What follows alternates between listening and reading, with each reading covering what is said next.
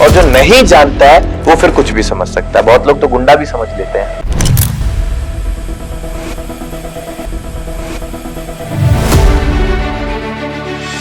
वहां पर आपने बोला था कि हमारे लोग बैठे हुए राम वालों को राम निकाल दो। और मैं आज भी अपने शब्दों पे हूँ साहब। जो व्यक्ति हमारी माँ बहनों को गाली देगा, फिर राजनीति बहुत दूर है। हमें नहीं बनना कोई प्रधानमंत्री, कोई मुख्यमंत्री, लेकिन अपने मान सम्मान स्वाभिमान के लिए गर्दन कटवा देंगे, लेकिन किसी के सामने झुकेंगे। आपके हाथ में एक टैटू है, हिंदू मुस्लिम सिख ईसाई, इसके बारे में थोड़ा सभी जानकारियां दीजिए, क्योंकि दर्शक जो है सर्च करते रहते हैं। कुछ लड़के थे जिन्होंने एक लड़की को छेड़ा। पूरी एक प्लानिंग चल रही थी उन लोगों की कि कब मैं कहां से निकलता हूं, और पूरी रैकी हुई। और लास्ट एग्जाम जब था मेरा, इतने सारे लोग भागते हुए आ रहे हैं और वहां से आवाज आ रही है कि भागो, तुम भाग जाओ यहाँ से, नहीं तो मार देंगे। नमस्कार दोस्तों, आज हम अपने चैनल पे उस शख्स को इनवाइट किए हैं जिसके बारे में अक्सर आप गूगल, फेसबुक, इंस्टा पर सर्च करते हैं और उनके क्वालिफिकेशन और परिवार के बारे में बहुत सारी बातें हैं जिनके बारे में आप जानने की कोशिश करते हैं, जो कि छूट जाता है और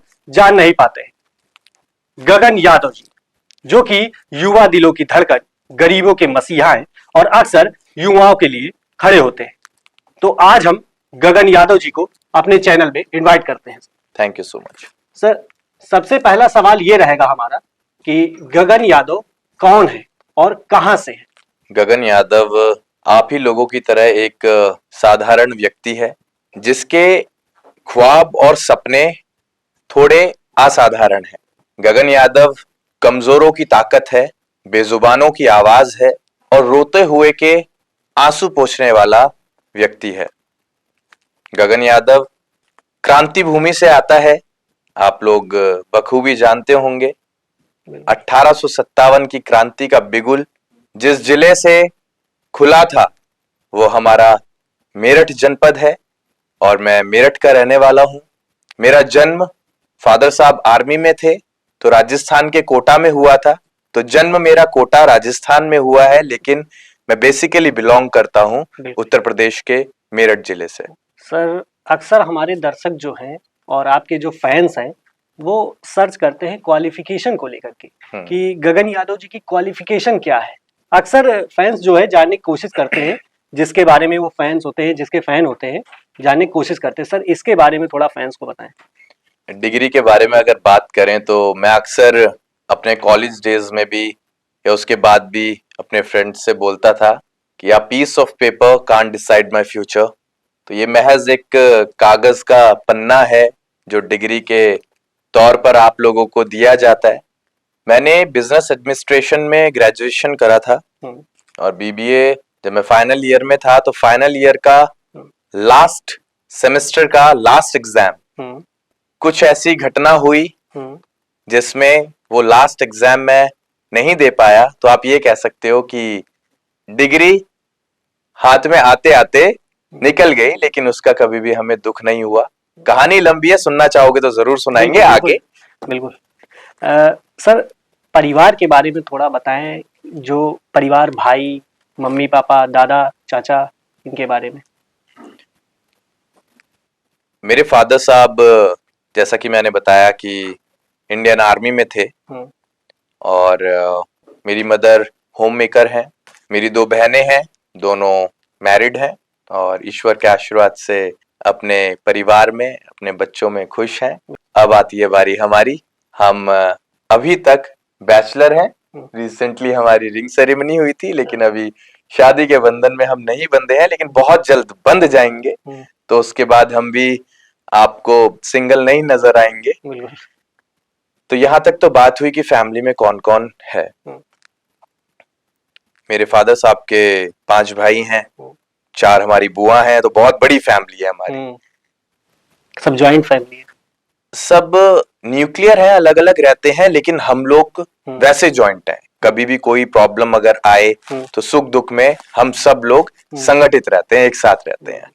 तो वही हमारे परिवार की खूबसूरती है जिसने हमें ताकतवर बना रखा है। सबसे ज्यादा प्यार किससे करते हैं?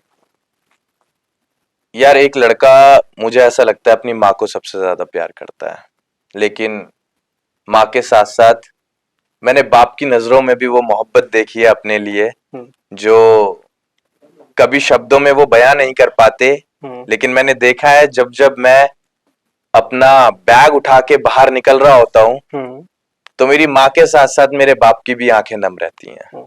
बस वो बताते नहीं है, क्योंकि एक आदमी हमेशा चाहता है कि अपने आप को स्ट्रांग रिप्रेजेंट करे, तो मोहब्बत दोनों से है। जैसा कि अभी आपने बताया कि हमारी एंगेजमेंट हो गई है, तो लव मैरिज थी या अरेंज मैरिज हो रही है?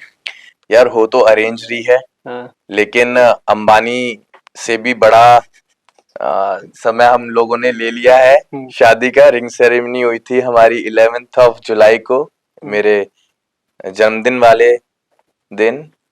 और अब जब शादी होगी तो आप लोगों को सूचना मिलेगी। लगभग लगभग मुझे ऐसा लग रहा है 1 साल का पूरा वो रहेगा समय। और ये 1 साल का समय इसलिए लिया गया क्योंकि जब आप किसी को समझना चाहते हैं तो you have to invest time on him और हर, तो वो पर्याप्त समय देना भी जरूरी है। और जब हमें ऐसा लगा कि हाँ she is the right person, और उन्हें ऐसा लगा that he is the right person to get marry, तो हमने फिर अब डिसाइड किया कि अब हम शादी करेंगे। तो ये अरेंज मैरिज ही है, जिसे आप कह सकते हो कि लव हो चुका है। अच्छा, आपका एक संगठन कोई चलता है IRO, इंडियन रिफॉर्मर ऑर्गेनाइजेशन, इसके बारे में सब कुछ बताएं हमारे दर्शक।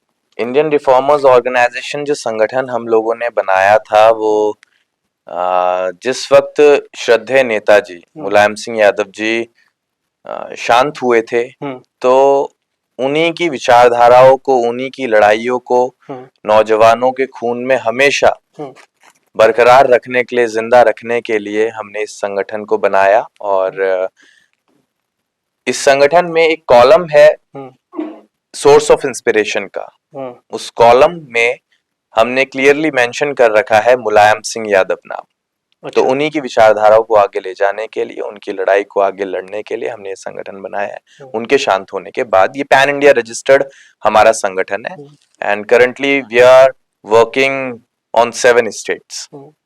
जैसा कि आपने बताया कि हमारे पिता आर्मी में थे, तो आपकी राजनीति में कैसे एंट्री हो गई, राजनीति से कैसे जुड़ाव आया, इसके बारे में कुछ? मुझे ऐसा लगता है और मैं इस चीज को बहुत फॉलो करता हूँ, कभी कभी ईश्वर आपको संकेत देते हैं। आपकी जिंदगी में कभी कुछ अनसर्टेनिटी होगी, बस उस पल आपको ये समझना है कि अब मेरे को क्या करना है। बिल्कुल।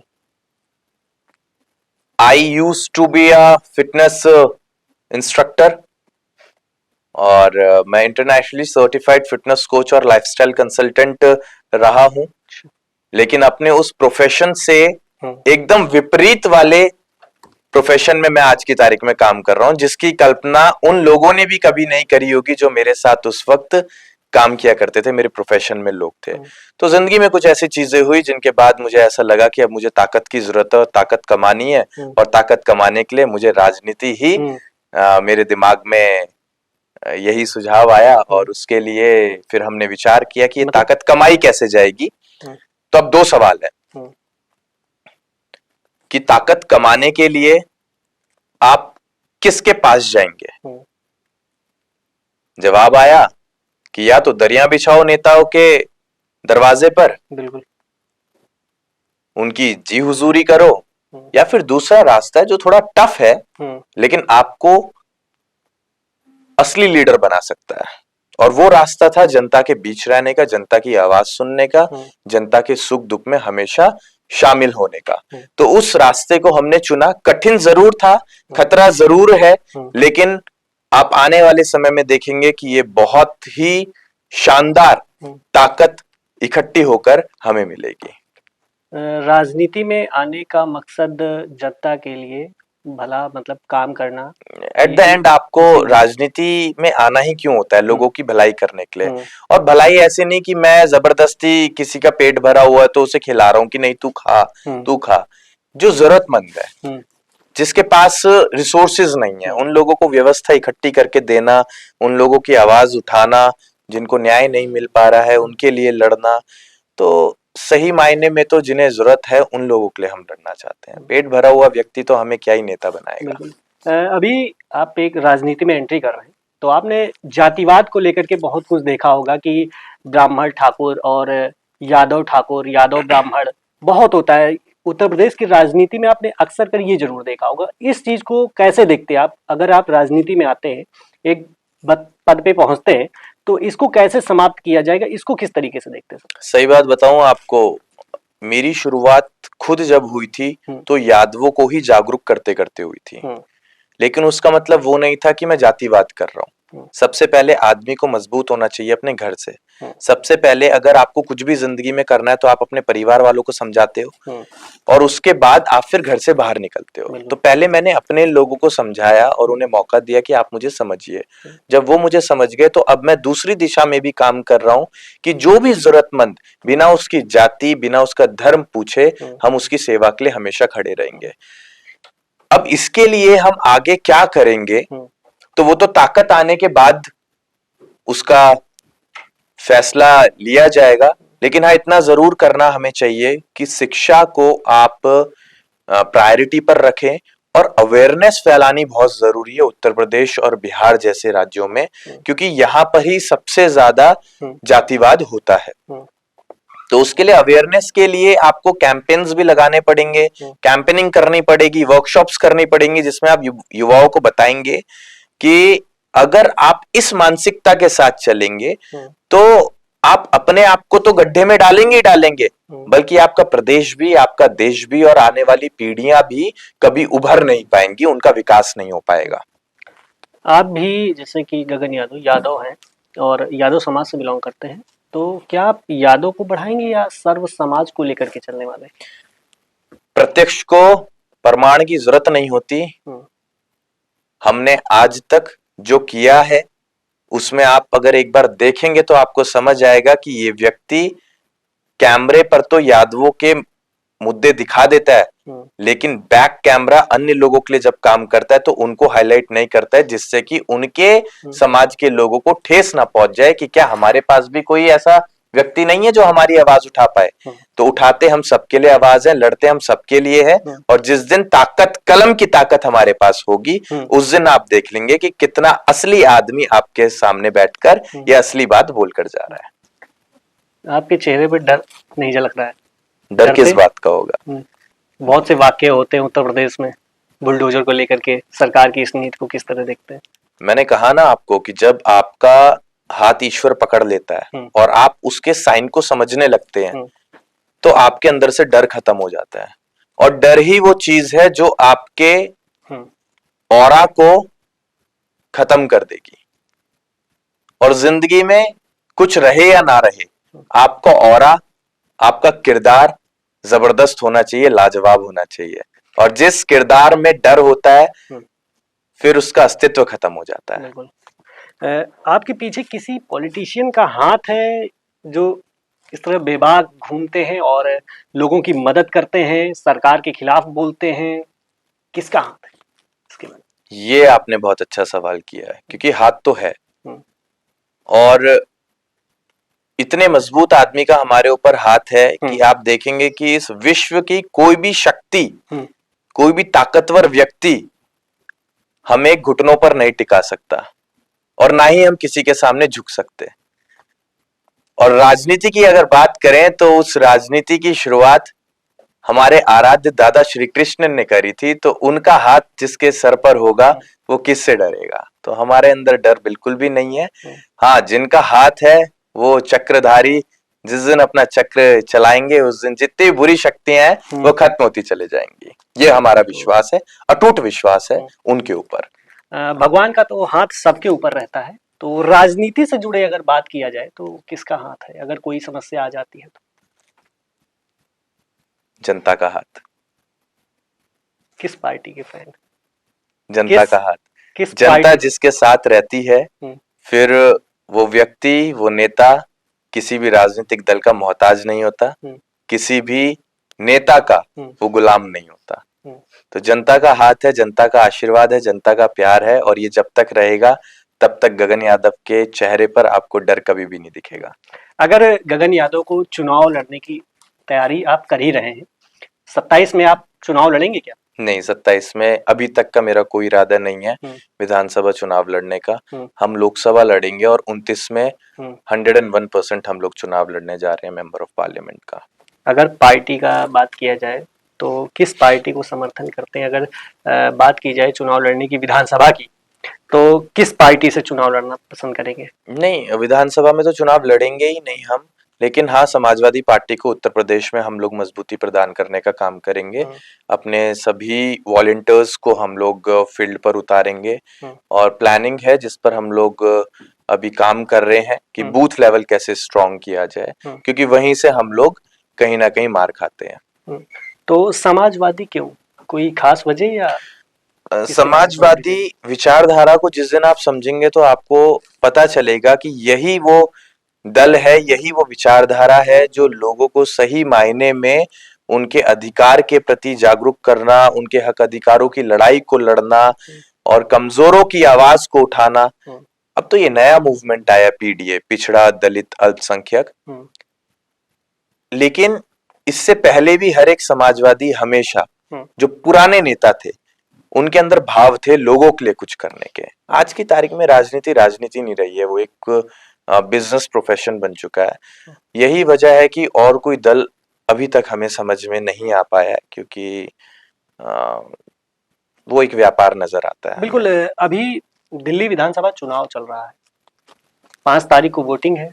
वहां पर समाजवादी पार्टी ने आम आदमी पार्टी को समर्थन दे दिया है।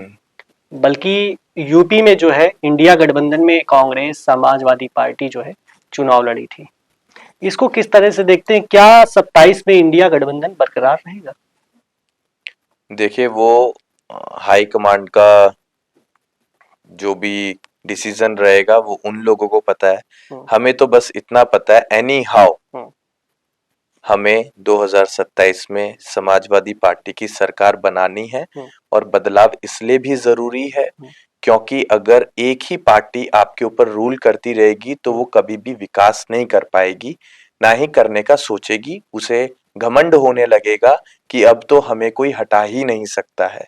और जब राजनीति में घमंड आने लगे तो जनता को ये फैसला करना चाहिए कि अब किसको जिम्मेदारी देनी है और किसको नहीं, क्योंकि एट द एंड शोषण होगा तो आम जनता का होगा। तो हम चाहते हैं कि आम जनता का शोषण ना हो।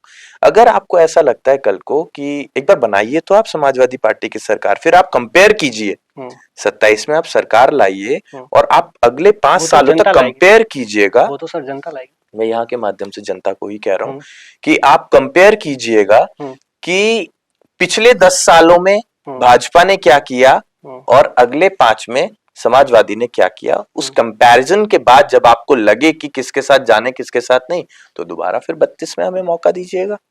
22 जनवरी को अयोध्या राम मंदिर जो है 1 साल पूरे हो रहे हैं, किस तरह देखते हैं? अयोध्या जाएंगे? 11 जनवरी को 1 साल हुआ था प्राण प्रतिष्ठा को, और 11 जनवरी को हम लोग अयोध्या में ही थे। और आप देखिएगा ईश्वर का आशीर्वाद क्या होता है। हमारे कार्यक्रम लगे हुए थे, हमें तो ये भी नहीं पता था कि भाई हम इस तारीख को यहाँ पर हैं। और उस दिन सुबह हम लोग 11 तारीख को अयोध्या से ही फिर आगे मूव किया था हमने। उससे पहले 10 तारीख को हमारा गोंडा और बस्ती में प्रोग्राम था, उसे करते हुए। तो आप देखिएगा कि ईश्वर का आशीर्वाद क्या होता है कि हम ना भी जाना चाहें तो वो हमें बुला लेंगे कि तू असली आदमी है, तू आ जा यार, ये तो हमें बेच के खा जाएंगे। एक बार मैंने आपको बताया था ना कि कॉलेज के लास्ट ईयर के लास्ट सेमेस्टर के लास्ट एग्जाम में कुछ ऐसा हुआ था जिसकी वजह से मेरी ग्रेजुएशन पूरी नहीं हो पाई थी लास्ट एग्जाम में। कुछ लड़के थे जिन्होंने एक लड़की को छेड़ा और हम शुरू से ही ऐसे हैं कि किसी को कोई प्रॉब्लम है तो उसके लिए हम खड़े रहते थे, कॉलेज टाइम से, स्कूल टाइम से ही। तो वहां पर हमारे पास ये प्रॉब्लम आई थी कि ऐसे ऐसे हमें तंग किया जा रहा है। तो मैं चले गया उन्हें समझाने। हालांकि रात में जब मैं पहुंचा तो उन लोगों ने कहा ठीक है यादव जी, आप कह रहे हैं। तो मैंने फिर सोचा कि चलो यार, बड़े समझदार लोग हैं, ये तो समझ गए। वो पूरी एक प्लानिंग चल रही थी उन लोगों की कि कब मैं कहाँ से निकलता हूँ, और पूरी रेकी हुई। और लास्ट एग्जाम जब था मेरा, उसी दिन 20 से 25 लोग आते हैं मुंह पे कपड़ा बांधकर, और मैं एग्जाम सेंटर में जब जाने वाला होता हूँ तो बाहर ही भागते हुए आते हैं, और मुझे दिख रहा है कि इतने सारे लोग भागते हुए आ रहे हैं, और वहां से आवाज आ रही है कि भागो, तुम भाग जाओ यहाँ से, नहीं तो मार देंगे। अच्छा। और मैं ये कह रहा हूँ कि जिंदगी और मौत ऊपर वाले के हाथ में है। किसी का फेस मुझे नहीं दिखा, लेकिन मेरे में इतनी लाठियां लगी है ना, इतनी ईंट भी फेंक फेंक के मारी है मेरे ऊपर। चोटें भी और उस बहुत दिन आई? बहुत बहुत, और मेरी बॉडी बहुत अच्छी थी पहले। अब तो घूम घूम के हम लोग आधे रह गए हैं। लोगों को ट्रेनिंग भी देते हैं जिम की? हाँ, पहले दिया करते, तब तो 5 साल से हम लोग अपना 100% पॉलिटिक्स में ही दे रहे हैं, जनता के ही बीच में दे रहे हैं। तो वहां पर मेरी व्हाइट शर्ट जो थी वो खून में पूरी लाल हो चुकी थी, जिसकी वजह से ब्लड आ रहा था और मैं एग्जाम नहीं लिख पाया था। तो वो एग्जाम फिर जब छूट गया तो अब उसका हमने बैक भी देना फिर जरूरी नहीं समझा।